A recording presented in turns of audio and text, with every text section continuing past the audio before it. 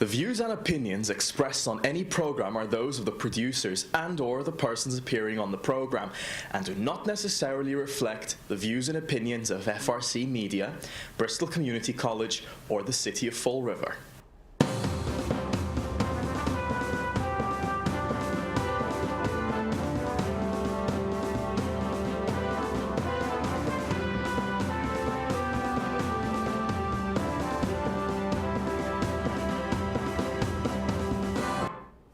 Hello, welcome to Spindle City Straight Talk. I'm Chip, and CJ's mic is. I'm here. Okay, there we are. Okay.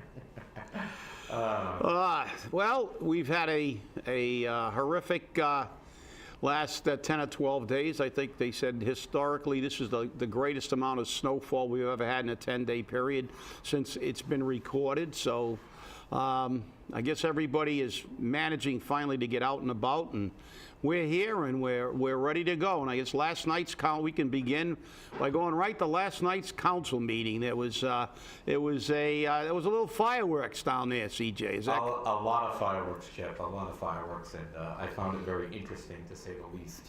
I don't know who pissed in everyone's Wheaties last night. But it definitely was an interesting scenario on what was going on. And I think the people need to realize that I don't agree with what Leo Pelletier did. He called out Chief Viveris the way he did publicly. I believe he should have had a private meeting with him. But, I think Leo was, voicing the opinions of some people in Fall River that feel that, nothing's really happening. When you're the head of a department, whether it be DCM, the police department, the fire department, you should have a grasp on finances. That's neither here nor there, but you really should have a grasp on finances, and you can't say somebody else handles that because it's been said numerous times, the buck stops here, and we know this to just be factual in that. But I think what was interesting is, and I made it my personal, endeavor to make sure that it happened, and I finally got a copy of Cushing's Rules of Order in PDF format, and it will be emailed today to all the city councilors. And that is so they can finally say, oh, well, I have it, so I can't say anymore. I don't know what it is. Because last night, for the first time that I could see, a point of order was called against the council president, Joe Camara, and told, if you want to speak, you need to step into the well. You need to pass the gavel to somebody else. And his statement was, I'm the chairman of the finance committee. This isn't the city council meeting, and therefore I can ask as many questions as I want. Wrong. You have to pass the gavel. You have to step down into the well, and someone must take your chair. Just because the people in the city council don't know the rules and think that they can do what they want when they want does not mean they can. And Chip, you and I have run many organizations.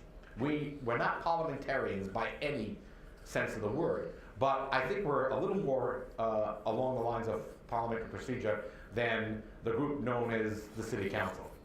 Well, yeah, you're right. And the fact is that from a parliamentary standpoint, some issues actually it's so kind of in a gray area that you need to call on a parliamentarian, but some things are just so blatantly a violation of the fundamental rules of either Cushing's or Roberts or Atwood's or whichever you use, which are the three primary rules of order that he used in organizations.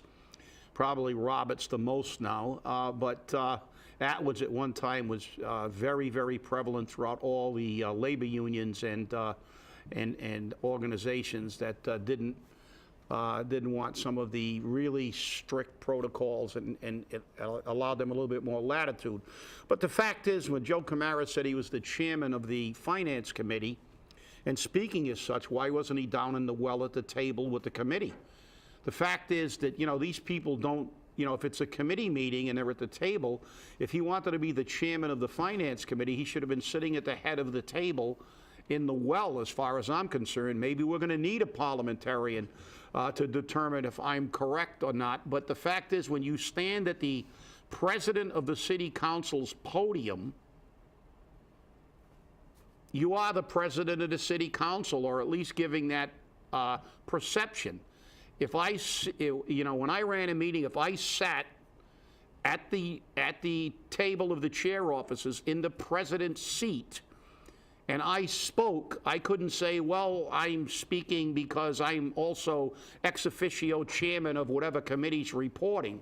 The fact is, I'm sitting in the president's chair, therefore the perception is, I am the president, and I believe you were right. I guess we're gonna have to get we may need a clarification, but I also think it's kind of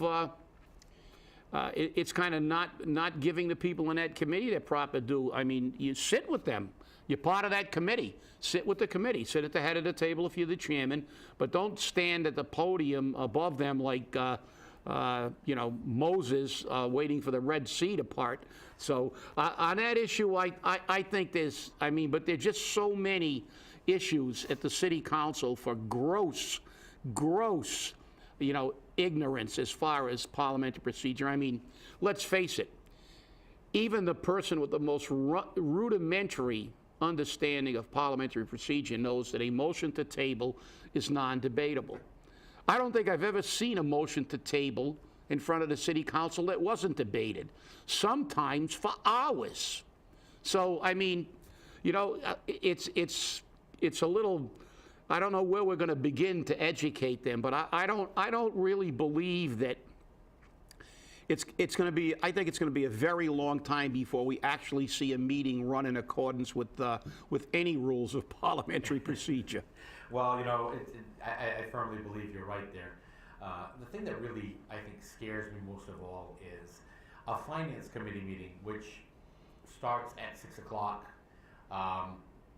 takes in some citizens' input time, and then runs until 9 o'clock at night before the regular city council meeting even happens, is based solely on the fact that you have 9 people who yesterday wanted to glorify the camera. The meetings have become longer and longer and longer ever since we put cameras in the city council chamber. And, say what you gotta say and move on.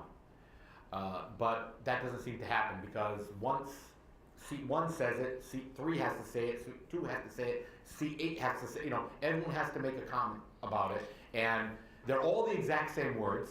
So we listen to the same statement 9 times from 9 different people, because the voters may, if I don't speak, the voters are going to say, well, they're not doing anything. Yeah, unless you don't show up, but then... well, that happened too last time. Well, at least he couldn't say present, because he wasn't present, but that's another issue. But, along those lines, it's my personal opinion, and it's my opinion. I think that when they have that much in the way of questions, it's going to take that long, I really believe that they should call for a special meeting. I mean, if they're going to need 3 or 4 hours to discuss financial matters, and we all understand, the dire straits. Well, I think the only people that think we're in dire straits are the people who are paying attention, because I guess Kathy Ann and Mr. Nunes were again saying, we're on target, we're here, we're there. Everything's always rosy, and I believe Councilor Mitchell and a few other people had comments to say that we don't believe that we are. We're hearing rumblings from the mayor, although that's for a comment a little later in the show about where they are. We haven't heard much from them lately. They've been persona non grata. I understand they're busy, but the reality is, if we have 3 or 4 hours worth of questioning, which I believe is valid, I want to see a lot of questions. I want to see a lot of questions asked about the finances of the city, because I truly believe that, and have been for a long time, we are on the verge of receivership. But the fact is, it doesn't belong delaying a council meeting forever, and it's just not appropriate. Let's have a night, and let's allow the citizens to go down there, and let's allow us to get a full evaluation and an examination of what's happening. And on that line, what happened with Chief Viveris last night, I think, was really, in a way, inappropriate. The fact is, he is a department head. He is supposed to know the finances, but if you have very, very specific questions on a budget, very, very, pointed to a particular area, I believe he was right. Councilor Pelletier should have given him a heads up that he either wanted those answers or had a private meeting with him. Look, the reality is, I don't think there's a department head in the city that does their own budget. I happen to know the administrative assistant to the fire department. He's an extremely competent guy. He used to work in a bank and do all kinds of balancing, and he's very good with figures. I'd stack him against anybody in the city, and I'm sure he could provide any answer. Because when I asked him for specific questions, financial questions, as the president of the union, when we were doing contract negotiations or doing things like that, no matter what question I asked him, to cost out anything, to give me a specific cost for something like this, or what the overtime budget is, I got an answer virtually, immediately. And if it was something that was really complicated, he told me he would get it to me within a day or two, and he always did. Extremely competent guy. I think it's unfair to take a department head and get that specific with a budget without at least saying, look, these are the answers I'm looking for. I think general answers to the budget, yeah, he should have it. But these department heads have a lot more to do than just the budget. The budget is part of their job. But to know the budget inside out is like asking the mayor to know the budget inside out. That's what we have treasurers and auditors and city administrators for, although it doesn't seem that any of those people in our city know what's going on. But the fact is, that's what they're there for. And I think it was, I don't think it was right to go there with him. I think if he didn't have the answers to the questions, and they were questions that he should have got a heads up on. If it was something that's not general, overall specific, if you're going to get that specific, I think you needed a heads up. That's just my opinion. I agree with you, Chip. But again, I think what's happening too is not only are the people, but maybe it's now starting with the city council.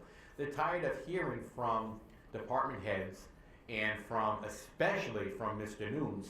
I don't have that answer, and I'll bring it back to you. Nunes is the treasurer. I mean, of all people, he should have most of the answers. But unless Leo had met him privately and had the conversation, I think that was just, that was just sideswiping him, just coming in from nowhere. That was an ambush, and that's what bothers me, because why weren't they that irate with Kathy Ann Viveras and Mr. Nunes? Well, because they're right. They are on point. They are right where they need to be. They're right on the road to receivership. So they're not making a mistake there. Yeah. But moving forward a little bit, because as we opened with snow, I spoke again last night of my usual annual tirade about snow plowing versus snow removal. And I didn't say Kenny Pacheco did a bad job.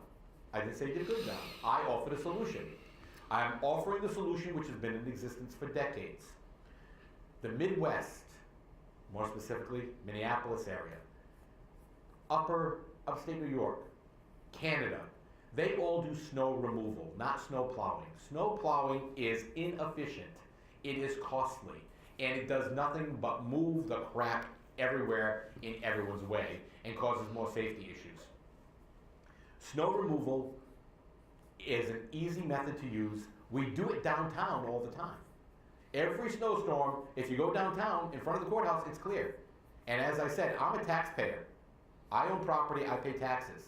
So why is a building that pays no taxes, i.e. the courthouse, able to get such excellent service for parking and for street cleaning, and the citizens who pay taxes get nothing?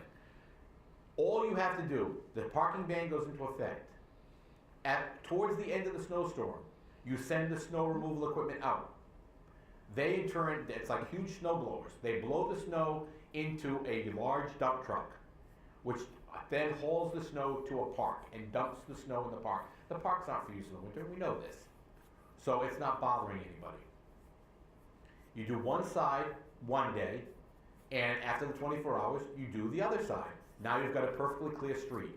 And on streets which are small, in Fall River we have some very narrow streets, you do that. You just take care of that whole street. The argument has always been that the vendors don't want to spend the money on the equipment. Well, guess what? Then they don't make any money. And you and I both know money is a lever that moves man. So they're going to spend that money. My problem is that I think that because we've been doing it for so long, and you look at the names on the trucks who are very well connected to the city of Fall River, the people just in government just don't want to make any changes, because that means their friends, their family, their contractors all have to go out and make an investment. Last year, Kenny Pacheco told me that every one of these private vendors was going to be equipped with a GPS device so we can follow them and know what they're doing. Did that happen? And if it happened, why do we have people trailing these private plow companies to make sure they're doing their job? Now, that's more money being spent for somebody to keep on top of the vendor to do his job. So we're double spending the money. It seems to me that it's just one waste after another. Good money after bad. Well, I think you're right, and I think that we would actually, in the long term, save money with snow removal, because, let's face it, it's something that's more efficient. The equipment probably costs a little bit up front, but ultimately, it works. You look at the major cities, you look at the areas like upstate New York and Minnesota and Wisconsin, they get tons and tons of snow. They normally do it that way. But you got to remember the other factor too, politics. When you got snow removal like we do, everybody that knows somebody can buy a pickup truck and put a plow in the front of it and make a ton of money. That's one of the other problems. If you've got snow removal, it's quicker. Not only is it quicker though, Chip. And it's more efficient. It is, but not only that. I mean, we had more plow trucks that were out, and we're talking the little pickup trucks with the blade on the front, getting stuck. So how is that efficient? We're losing money because we pay them by the hour. So even though they're stuck in the snow and not doing anything, they're still collecting a paycheck. Yeah, you know what they'll say? Well, we only get one of these blizzards every 20 or 30 years, and the regular snow, a foot or so we can handle, and it's people complain a little bit, but it gets the job done. And it's one of those situations where they go, well, let's not prepare for the worst case scenario, because it happens so infrequently, and it's the old political con. But believe me, if somebody that was connected was going to make a lot of money dealing with snow removal in this city, we would have snow removal starting next year. Oh, yeah, I have absolutely no doubt about that, because that is the lever that moves everything in this city, which brings us to another thing about what moves. Windowgate seems to have disappeared. The investigation into the 22 windows that were placed in City Hall and who authorized them has gone the way of the Cushing Gate investigation. It just has been put aside. It's like, okay, out of sight, out of mind, let's not figure out who screwed the city, because who cares? It's not our money, it's just the taxpayers' money. Why did we install those windows? How much did it ultimately cost? We don't care, because it's not our money. I can guarantee you if it was their money, there would be a full and thorough investigation, and they would try to recoup the losses. But since it's our money, who gives a damn? I agree, Chip. It's just getting to be funnier and funnier. But let's move on to the next great thing for Fall River, because it's going to bring in economic development, historic tax credits. I guess Commonwealth Landing isn't doing as good as they like to say. This morning, a gentleman by the name of Aaron Kudo, happy birthday, Aaron, by the way, I know it's your birthday today, posted the story on the Herald News that because the Hilton Hotel deal is falling through over at Commonwealth Landing, they want to now put in 103 rental units, high-end rental units. Which is a wonderful thing, but we already had a high-end program which failed miserably, known as Point Gloria. But you and I both know that tax credits are given mainly when it comes to housing for affordable housing, i.e. low-income housing. Aaron saying, do my research on historic tax credits. Okay. This is one of the reasons why I hate Facebook, because everyone and their brother comes out who knows absolutely nothing, although Aaron, I do believe, knows a lot. And I have a great deal of respect for Anthony Cordero because this is a businessman who's done a lot for Fall River and has had a lot of developments.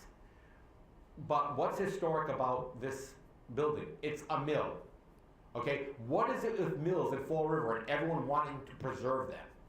And we need 103 rental units on the waterfront like we need a hole in the head.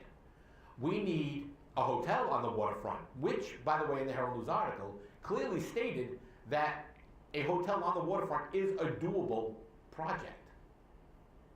So why isn't it doable there? Now, it's interesting that Commonwealth Landing was the choice because, again, we had a whole bunch of problems under the Flanagan administration with money being spent hand over fist over this particular project. And from the rumors, and again, these are unconfirmed, the restaurants that are located in that location aren't doing as well as they could. So, of course, being a good businessman, you want to look at every option you may have to maximize your return on your investment. But historic tax credits for this building, I think is shady, not the best deal going, and I think it's going to have a major problem. But we've already seen what the city council does anyways with things like that. You look at the Canal Street property, and they just took a $13 million tax budget thing and said, okay, yeah, place it on file. They didn't even look into it. It's just money, no problems. So how much more taxpayer dollars are going to be invested in this private enterprise? And some people are saying, well, it will generate jobs. It generates temporary jobs. Understand something. Temporary jobs do not create economic development. It creates a short-term economic boost. All right?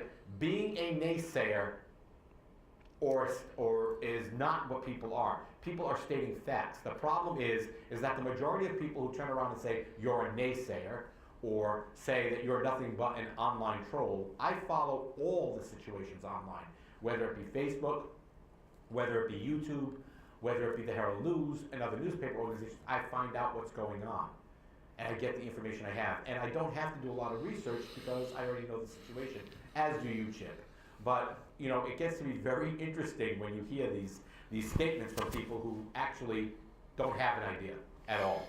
So. Well, you know one thing about people who are connected in politicians, you know, if they, you know, they will figure out a way to get what they need. You know, they may not get what they want, but they'll get what they need. So now we're going to distort what a historic tax credit is to suit a developer who is very influential in the city. You know, a mill, I mean, yeah, we've got mills. I mean, I guess somebody should stop them from destroying the King Philip mill because it's historic. Wait a minute, it's a mill. You know, we still got a few mills. If you want to see a mill turned into apartments, drive over to Tiverton Line. There's a mill right there with a whole bunch of apartments that have been turned over.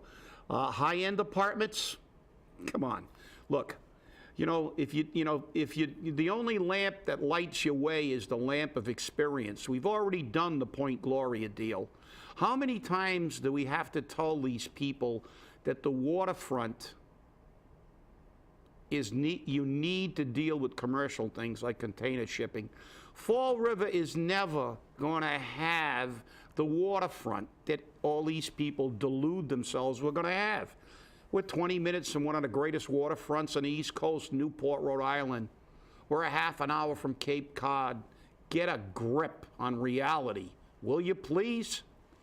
Point Gloria, and look at the economic status of the people who live in Fall River. I'm going to tell you what's going to happen when this becomes a reality, and it will, because the money people want it. And it will become a reality, and they probably will get a tax break, and they will build it. And unlike, unlike the baseball field in Iowa, if you build it, they shall come. Well, you build it, and they won't come. Because who's going to come down here and take a high-end apartment in a city with an average income of $34,000 and can't sustain any businesses? And Remy's will be out of business, or they're looking to sell anyway. the reality is it's going to end up like Point Gloria. They're going to roll it over into Section 8 and subsidized housing, and he's going to make money because the state pays big dollars for subsidized housing. Guess what? I'm predicting it now. Chip, you're a naysayer. How dare you? Oh my God, you're a troll. You know, I mean, come on. Yeah, you know, everybody from Boston's going to run down from their condos down here and grab something on the waterfront, because look where they can go. They can go to 27,000 different pizza joints, the Chinese restaurants, and you know, we got a bunch of Portuguese restaurants, which are very good. But outside of a Portuguese restaurant, how many decent steakhouses do we have? How many decent Italian restaurants do we have? None. None. No, you got to go to Providence. So we're going to run, everybody's going to run down here because of the great cultural and ethnic types of options we have in the city of Fall River. Let's face it, if you don't want a Cherie sandwich or some shrimp Mozambique, you got to leave Fall River. Yeah, and Chip, you know, I mean, really, what's our claim to fame in Fall River? Okay, Lizzie Borden and heroin junkies. We're all set. I mean, isn't that enough of a draw to bring some high-end people down to Fall River to live here? I mean, let's be real. Even the chief of operations refuses to move to Fall River. So, I mean, that tells you something. Well, I mean, look, I've been to Taunton-Rainham area. If you get off the highway, there's like you know, I mean, they're a third of our size. Rainham's even smaller, but Taunton's maybe a third of Fall River size. Look at all the restaurants they got. I mean, you get off 140 and 44, there's restaurant after restaurant after restaurant, and you come to Fall River, it's like, you know, where can I get, you know, I mean, it's impossible to find a decent restaurant. But while we're talking about CO, I have to say that I'm a little disappointed we haven't heard more from our mayor. The fact is that he talked about transparency in government, and that's great, but I'd like to at least see him once in a while. You know, I don't want him to be like Will Flanagan. Will Flanagan called a press conference to open an envelope. But the fact is, all he did was call press conferences and did nothing progressive for the city.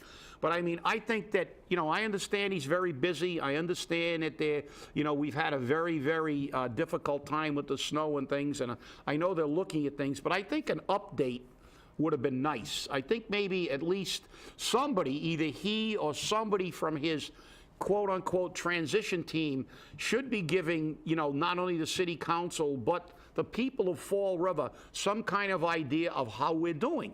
I mean, I'm not going to be like Leo Pelletier and demand specific answers from the chief. I just want to know how we're doing, what it looks like, you know, where we're going. Give us an idea, you know?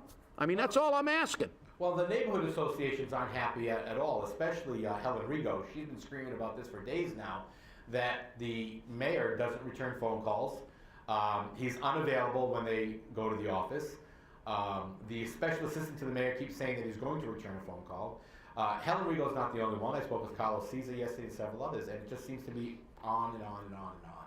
So it's not a good deal. It's not good for the people of Fall River. And I think people need to realize that we got to wake up and smell the coffee.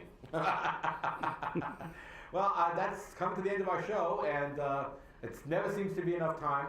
And Chip, people want commentaries from you. They keep hearing mine, but we need to get some from you, so we're going to have to start taping some commentaries for you, Chip. Okay, just avoid the yellow snow, everybody. That's it. Thanks for watching. Have a great day, and be safe out there.